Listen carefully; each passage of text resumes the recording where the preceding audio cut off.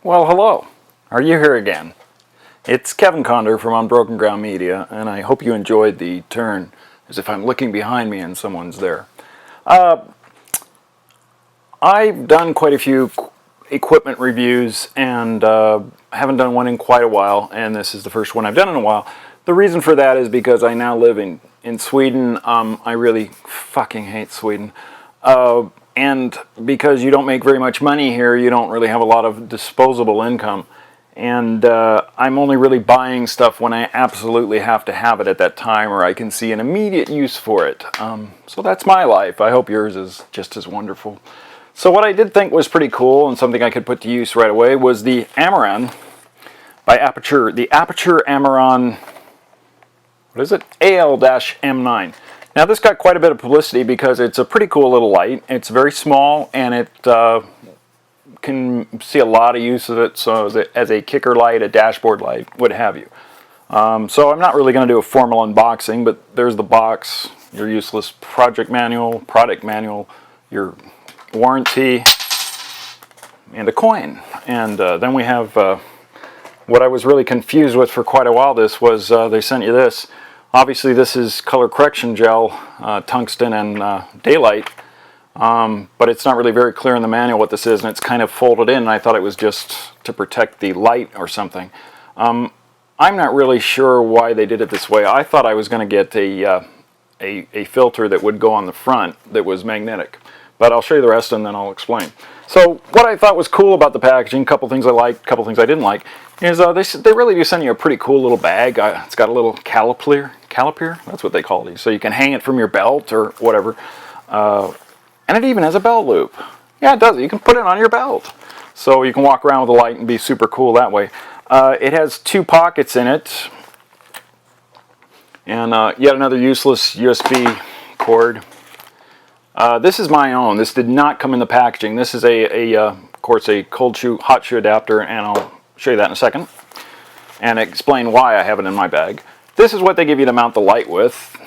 Now it's a little different because it's like a slide-on thing. You slide the light in and then you clamp it in there and you put it on your hot shoe. The only problem is you can't move it because it's obviously just straight. So you can't move it up and down like you would with an actual hot shoe light.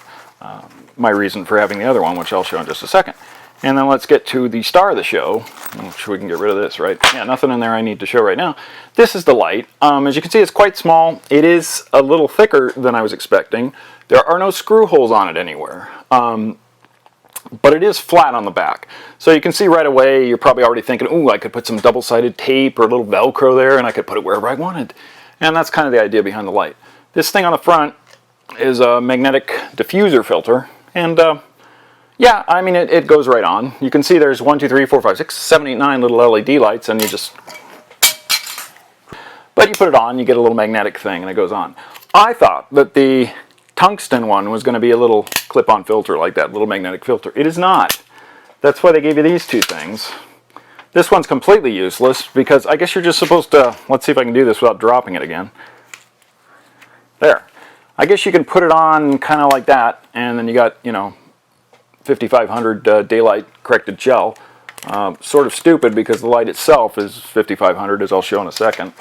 And then you get this, the tungsten one, of course, which will give you, what, 3200, and you put it on the front and then slap it on. I don't know why they did it this way. Just give me a fucking one like this. I don't need to be messing around with all these gel papers for this stupid little light. You know, just put it on the fucking front. So, well, they did that, and yeah, you can see that the little mount, which I'm not really crazy about either, it, you know, you slide your light in and it, you know, you tighten it up, put it on your hot shoe, and then, like I said, it's on your camera and it's just going to go straight out. So that's why I had this one. And so I'm actually going to put them like that so then I can bend the light around and kind of control it a little bit. I really wish they'd just given you this and taken this stupid little hot shoe mount off and then just let me figure out what to do with it, or have had this.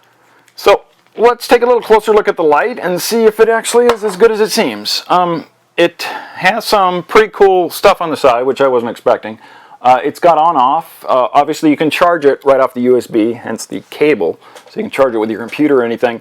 The battery is not removable, and of course, we wish it was, but it's not. So, you know, this cost, well, here it costs like $80. I think you can get it for like $55, $60 for the light. Still not really that cheap, but it'd be nice if it had a removable, like, watch battery kind of light, but it doesn't. You charge it off the USB, and then the other things you can see here, which we'll take a closer look at.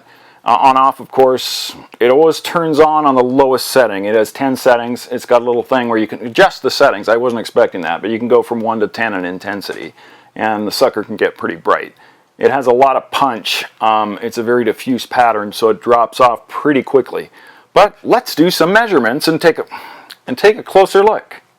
I've changed positions somewhat, and let's take a little bit of a closer look at this, and hopefully the autofocusing on the wonderful Samsung NX1 kick-ass camera. There still is not a better hybrid on the market. That includes you, Canon Mark IV. Anyway. I always enjoy taking pot shots at Canon because they're so fucking clueless. Okay, so here we have this, the light, and we talked about the things on the side. Hopefully you can get a little better view of those. And let's check out and see how bright it can really get. So let's turn her on. And that's on setting 1, and it can go... Yeah, it gets really fucking bright. I'm going to test it now with my trusty mobile phone, and it's actually got a little program to test the light intensity and color. So let's do that and see if it's anywhere in the ballpark of where it should be. The light meter, I don't know what this is. This is, yeah, it's a light meter program in any event. So it's got, it measures both lux and light color. So let's take a look at the lux from about, and let's test it out on full bore, shall we? Let's get this sucker up and see what it can do. I think that's far enough. Jesus. You know what's a good idea is to have it dark. Why do I not think of these things? So I've now darkened my room as much as it can in the middle of a blistering September Swedish day. You know, one of the interesting things about Sweden is it does get really hot. There's just no air conditionings anywhere in any houses. So if it's 95 degrees, you're fucking stuck with it. So okay, let's take a look at this. So we've got this light meter program on my Samsung Note 4. Send me money. And let's try it from what would be about a meter out. And of course this isn't completely dark, but let's see what we're getting. We're getting about 350 lums, and that is, lux I mean, that is pretty much exactly what it's spec'd at.